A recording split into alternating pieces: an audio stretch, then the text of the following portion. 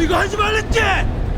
영화 남산의 부장들은 동명의 책을 원작으로 한 영화입니다. 동아일보 김축식 기자가 각종 기록과 관계자의 증언들을 토대로 1961년 5월 16일 쿠데타부터 11.6 사태, 신군부의 등장까지를 다룬 책이죠. 내부자들과 마약왕을 연출한 우민호 감독은 약 20년에 이르는 이 책의 내용 가운데 11.6 사태가 발생하기 전 40일의 이야기를 떼어내 이 영화를 구성했습니다. 사실 박정희 전 대통령이 저격당한 이 사건은 이미 여러 작품으로 나왔습니다. MBC 드라마 제4공화국과 제5공화국이 있었죠.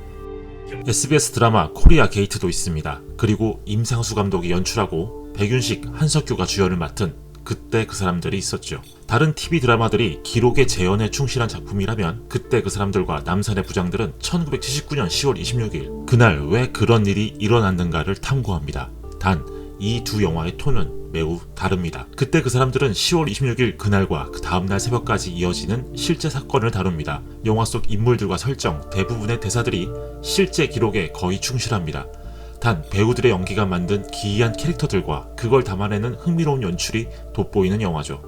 실제 기록에 충실한데도 그때 그 사람들은 하나의 이상한 소동을 다루는 영화처럼 보입니다.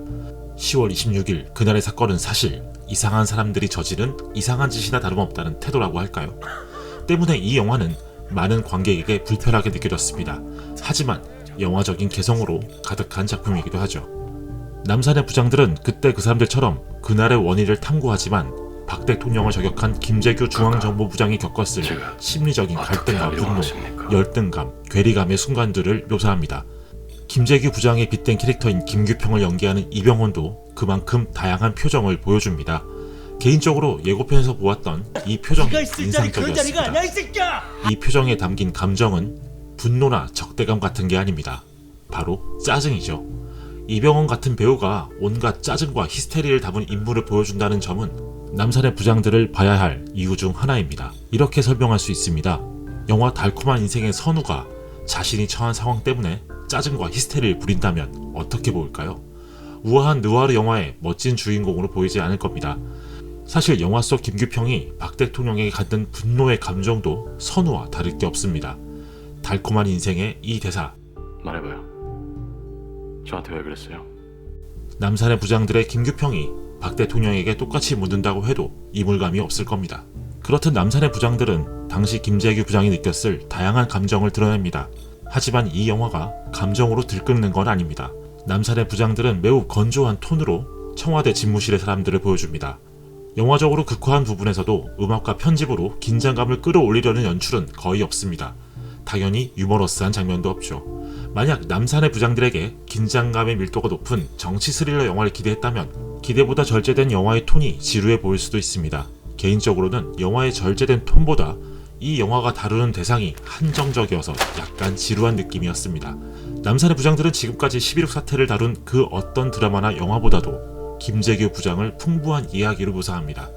그 이야기들은 박 대통령과 차지철 경호부장, 김영욱 전 중앙정보부장 사이의 관계에 한정되어 있습니다. 사실 저는 남산의 부장들의 원작 책을 읽어본 후에는 당시 김재규 부장이 남긴 여러 기록들이 많이 나오기를 기대했습니다. 예를 들면 박정희 전 대통령의 딸인 영애 박근혜와 최태민 구국 여성봉사단 총재의 이야기도 포함될 수 있습니다. 실제 김재규 부장은 항소장에서 당시 두 사람이 함께 운영한 이 단체의 부정을 파악해 박 대통령에게 보고했다고 이야기한 적도 있습니다. 하지만 오히려 그 일로 자신은 질책을 당하는 큰 수모를 겪었고 박 대통령은 그때부터 차지철 경호부장을 더 신뢰했다는 것이죠. 책에는 박 대통령의 아들 박지만이 유흥업소에서 쓴 수표들이 있는데 이 수표들이 김재규 부장의 라이벌인 차지철 경호부장의 경호실에서 나온 것으로 파악했다는 이야기도 있습니다. 차지철 경호부장은 그런 일까지 하며 대통령의 곁에 붙어 있었다는 점을 드러내는 에피소드입니다. 또 당시 중앙정보부의 한 국장은 김재규 부장이 경질된 상황이었지만 그러면서도 전날 대통령과 막사이다를 마셨더니 힘들다는 이야기를 하곤 했다고 증언하기도 했습니다. 자신의 위치가 불안하기 때문에 더더욱 자신과 대통령의 관계를 강조하는 초조한 모습까지 보였다는 것이죠. 그처럼 10월 26일 그날 김재규의 감정을 구성하는 소소하지만 다양한 이야깃거리들이 더 많이 포함됐다면 남산의 부장들은 지금보다 더 풍부한 느낌의 영화가 됐을 것 같습니다. 물론 그랬다면 지금처럼 절제된 톤의 결과물이 나오지는 않았겠죠. 하지만 절제가 훌륭한 영화라면 꼭 갖추어야 할 필수 요소 같은 건 아닙니다. 우민호 감독이 한 인터뷰에서 장피에르 멜빌 영화의 통을 참고했다고 한 것처럼 절제나 과잉 모두 하나의 선택일 뿐입니다. 남산의 부장들은 절제를 선택했고 그 결과 건조한 느낌의 영화가 나왔습니다. 감사합니다.